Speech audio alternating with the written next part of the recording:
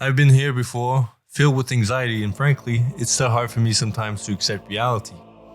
I used to wish for technology to slow down just enough so that I wouldn't have to deal with its repercussions in my lifetime. Because the more that I thought about it, the more repercussions I could find. Maybe if I wasn't so damn curious, I would still be where I was a few years ago, unaware of the new world that was being constructed.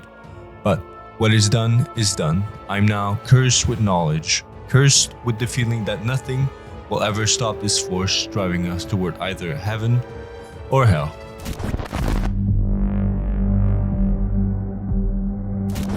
So how can you be an optimist and have hope for the future? Being only 21 years old, my life experience is very limited, so I can only tell you what has worked for me to reduce my anxiety about the future in hopes that it also works for you. So before you can even start having hope, you need to accept this one inconvenient truth. There's nothing you can do about it.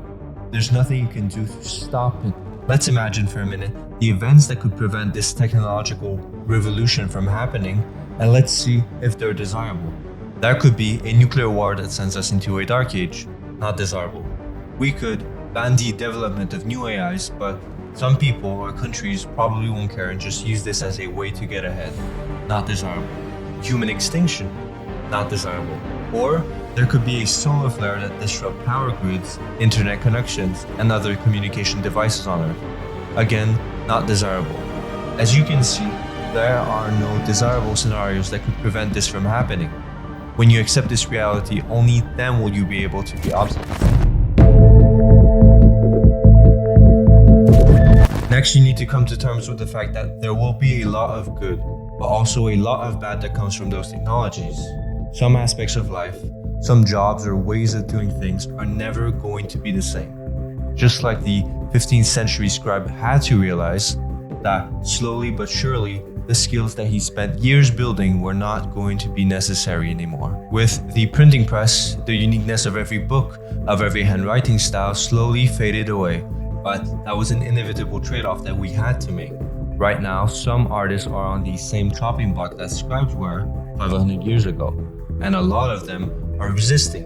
Resisting, of course, for very good reasons, because if you look at it from the artist's point of view, the AIs are essentially just stealing thousands of years of work and removing the humanity from it. When we look at a piece of art, a lot of our enjoyment comes from the story behind it. Stories like, it took 15 years for this artist to complete the painting, or this drawing was made on a boat while he was lost at sea. And you can see the importance of the story when people are showing off the work that they bought. But this story element, just like the scribes and writing style, will slowly fade away. It might stay for the 0.001% of artists, but for the majority, the decrease in demand and willingness to pay for it will make it a less viable career path. Think about it. I sold for 5 years graphic designs to individuals and businesses, and one day, a client came to me and asked me to design his website. He paid me $300. While this wasn't big money, I used it to purchase myself new equipment. Now imagine if that same client used one of the AIs that are currently available to design his website. That would have been $300 less in my pocket, and that is just one client. Accepting this reality is similar to accepting the death of a loved one. No matter how loud you scream or how long you cry, that person is not coming back. You can't make any compromises. You can't see him once a week. He is gone. That is a fact, and you need to accept it. The sooner you confront this harsh reality, the easier it will be to move on.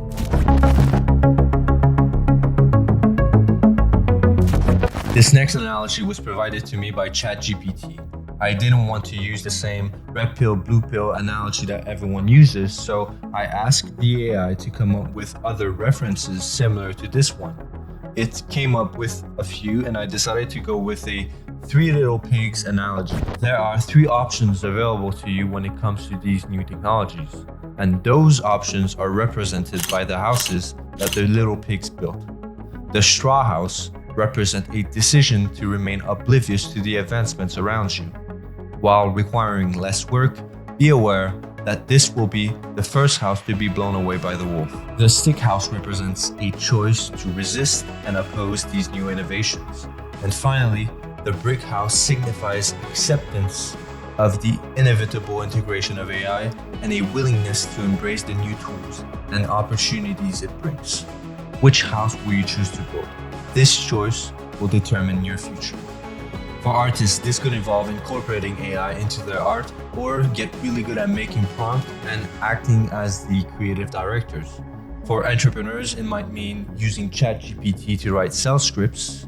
Regardless of the profession, it's crucial to explore how AI can enhance your work or risk being left behind as others adopt these technologies. Moreover, avoiding AI altogether means missing out on the opportunity to shape its development and use. By engaging with AI, you will have the power to promote ethical standards, improve its practical applications, and find ways to use it for positive social change. But this chance will pass you by if you let fear hold you back. To conclude, while all of this might seem unfair to all the people affected, and most of the time it is, fairness is not found in nature. Is it fair that the injured antelope got eaten by a lion? We can strive for fairness, but sometimes we just need to let it go. Also, would it be better if we just slowed down a bit and let legislators catch up? Yes. Will it happen? Probably not. To summarize, here are the key points to remember.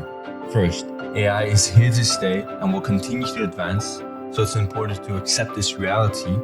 Some aspects of life and work will be forever changed by AI. In order to stay competitive, it's crucial to find ways to integrate AI into your work or risk being left behind by those who do. And lastly, strive to be an influential part of AI. There are millions of possibilities with these technologies, and you have the power to choose the good ones. The choice you make today will dictate who you become tomorrow.